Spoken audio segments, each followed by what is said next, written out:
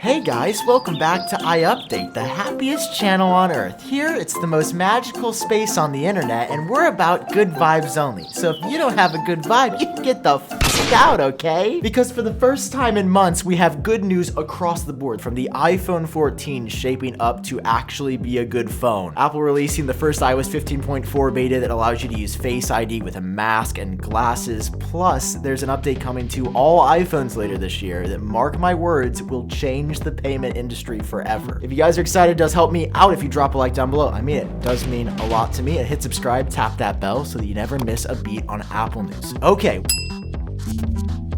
We have so much to talk about today, and it just feels good to not have to let you down for once. All right, so kicking things off today, I got to start off with iOS 15.4 because unlike 15.3, there is actually some stuff new. Wow, a big update that's called a big update has big updates? Wow, this is just crazy. I say it like that because Apple dropped 15.3 to the public later this week after beta testing it for weeks, and there was nothing new. The only changes were bug fixes, but feature-wise, it was literally the same as 15.2. So going into 15.4, I was shocked to see that Apple completely reversed course and was apparently holding everything back for this update because there is so much new here, and it is by far the best and biggest update since iOS 15.0. First up, the biggest change is that Face ID now works with masks. Now, if you've been using an iPhone and an Apple Watch for a while, you know that Apple introduced a feature a couple years ago, where if you had an Apple Watch on, it would work with a mask and Face ID because it would use your eyes and then the wrist for second authentication. The point being, though, that you had to have an Apple Watch. So now I'm going to show you guys. I've got my iPhone 12 Pro here with 15.4 installed, no Apple Watch on, and I'm going to show you live that it unlocks with Face ID. Is this a joke? It didn't work the first time. I feel like Craig Federighi on stage. Wow, this is a bad feeling. Oh, no, then it unlocks the second I turn around. I swear to you, I did not touch it. I just faced a different direction. Let's try that again. Maybe it's the lighting. It's like, nope. Nope, and then I'm gonna do this.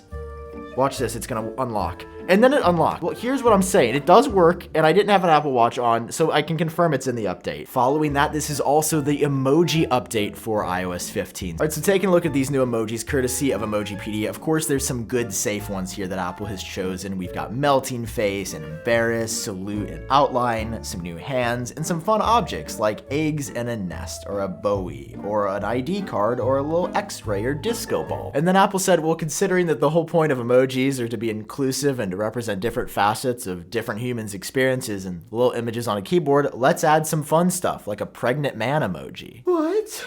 They're teaching this in our schools? Where's the governor? Somebody let me call the governor. I don't want my boy to see this. It's a pregnant man emoji. Yes, they've taken over. Oh, listen, man, if you're outraged about an emoji, just like realize it's an emoji. It's a picture on a keyboard. I can't imagine being upset about that. Hey, I'm not done riffing yet. Let me keep going, because in iOS 15.4 for the emojis, Apple has also solved racism here. This is a monumental achievement. I said nobody could do it, but if somebody could, it would be Apple, and they have solved racism with what some are calling the new black square. It's the interracial handshake emoji, where you can have different skin color hands shaking. Listen, just keep it civil in the comments down below. Like, obviously everybody's entitled to their opinion on both of these things. Okay, all joking aside, because I know sometimes the sarcasm and jokes that I know they are don't translate on camera, which I'm aware of and I'm working on. So let me just tell you straight up how I feel. I think the new emojis are cool. I think Apple's done a good job with them, and I think more inclusivity is always a good thing. There we go. That's how I actually feel. Following that, Apple has also introduced universal control. Here's this incredible video of it working, and it is just that good. Like, you drag a file from your iPad to your Mac, or your Mac to your other Mac. It is truly incredible. We have been waiting for this for a long time. Apple had delayed it, and it is finally going to be in this update. So those are the big things in 15.4. As I mentioned, biggest update since iOS 15, but that is going to be nothing in comparison to what Apple is also preparing to bring to iPhones later this year. year. I'm gonna get real serious because I have not seen enough people talking about this, and I just don't understand how nobody realizes how big of a deal this is going to be. Like, I just feel like I have to shout about it because according to Mark Gurman, Apple is working on turning iPhones into payment terminals that work with the NFC chips that are already inside, to the point where you could just tap a credit card on the back of an iPhone to pay somebody for a good or a service. Now, obviously this is a rumor and we'll have to see if it actually pans out, but Gurman's got the track record to back up what he's saying here. And what he is saying is this, that in a software update later in 2022, Apple is going to enable NFC payments on the iPhone. So rather than needing a third-party payment terminal like a Square that would plug into your phone, or a terminal that would be an iPad, or having to work with these third-party providers to process payments, you'll be able to take a credit card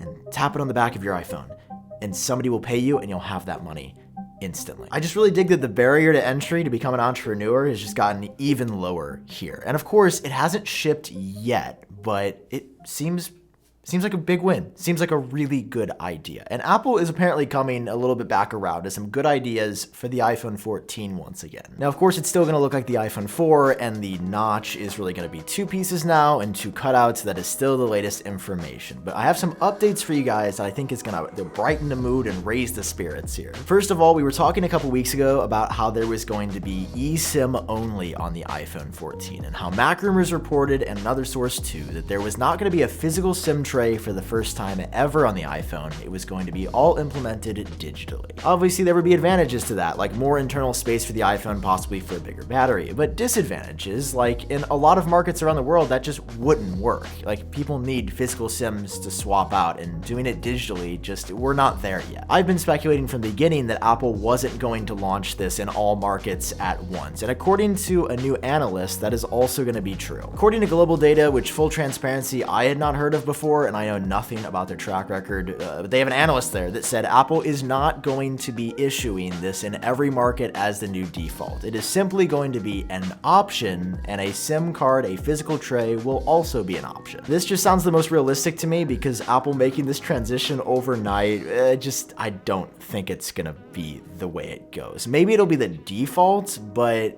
I just don't see it. There's no way we go eSIM only across the board. I think it's gonna be an option, probably just down below, like, hey, do you want an iPhone with a physical SIM? You can get that too. So that's the first bit of good news. The second is a report that I will be honest is a bit sketchier, even though they have a track record. It's Jeff Poo, who's about 50% accurate. And Jeff tells us that 2 major features from the Pros are coming down to the regular iPhone 14s. First of all is apparently the ProMotion display, you know, the thing that makes the iPhone Pro, that's gonna come down to the regular model. Okay, Jeff. And then Jeff, which is a little bit more realistic here, says that the RAM is going to increase in parity with the Pros. So I believe they will all be at 6 gigabytes rather than 4 and 6 gigabytes respectively. Like, just on paper, straight up, more RAM and a higher refresh rate display sound like 2 things that only people buying the Pro model would care about. Like, the average person buying an iPhone, if they saw these 2 things, they'd be like, okay, does it take better pictures? So sure, I'll be optimistic for now that these are gonna come down, but others like Ross Young have cast some doubt on the 120 hertz specifically. It